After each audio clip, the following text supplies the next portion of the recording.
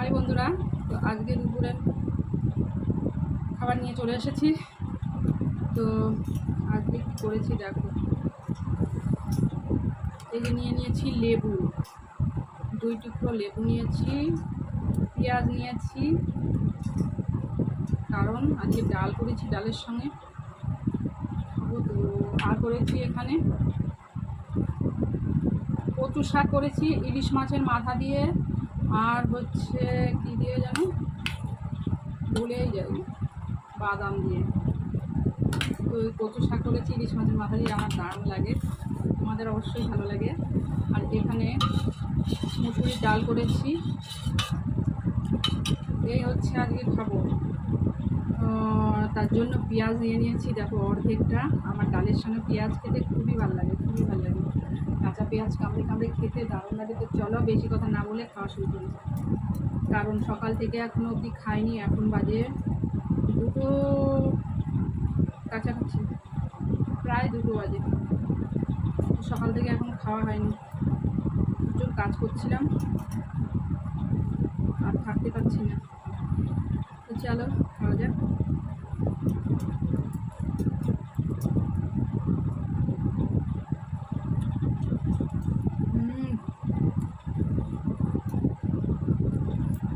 প্রথম গ্রাসেই ঝাল লেগে গেল, বুঝতে পেরেছো কীরকম ঝাল দিয়েছি? কারণ দেখেছো, কারণ কচু শাকের ঝাল না হলে ভাল লাগে না, চমচমা ঝাল হবে বলো। তো এক গ্রাস খেয়েই বুঝতে পেরেছি কত ঝাল লেগে গেছে, মানে কীরকম ঝাল হচ্ছে বুঝতেই পেরেছি।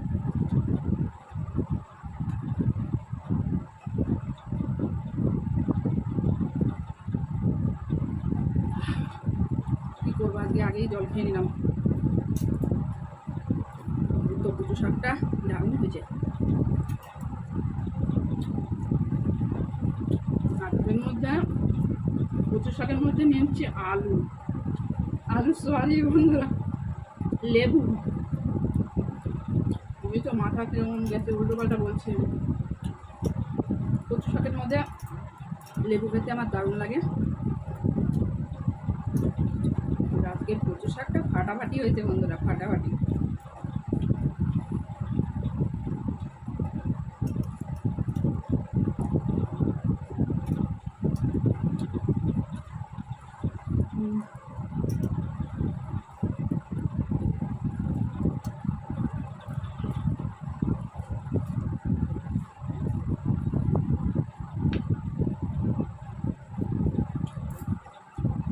আর এইমাত্র চান করে এসেছি, চুলটা বাঁধতেও সময় পাই না, ভিজে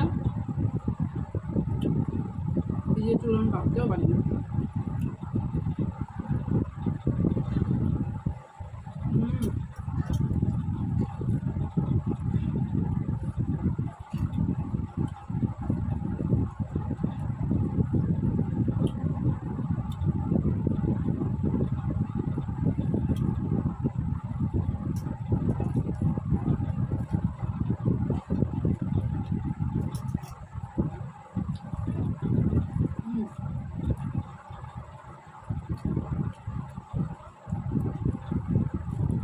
এত খিদে পেয়েছে যে বলে বোঝাতে ঝাল হয়েছে না, প্রচণ্ড ঝাল হয়েছে। আর ডালটা খাই, আর ডালের সঙ্গে ভাজাভুজি কিছু করতে টাইম পাইনি। প্রচণ্ড ঝাল লেগেছে।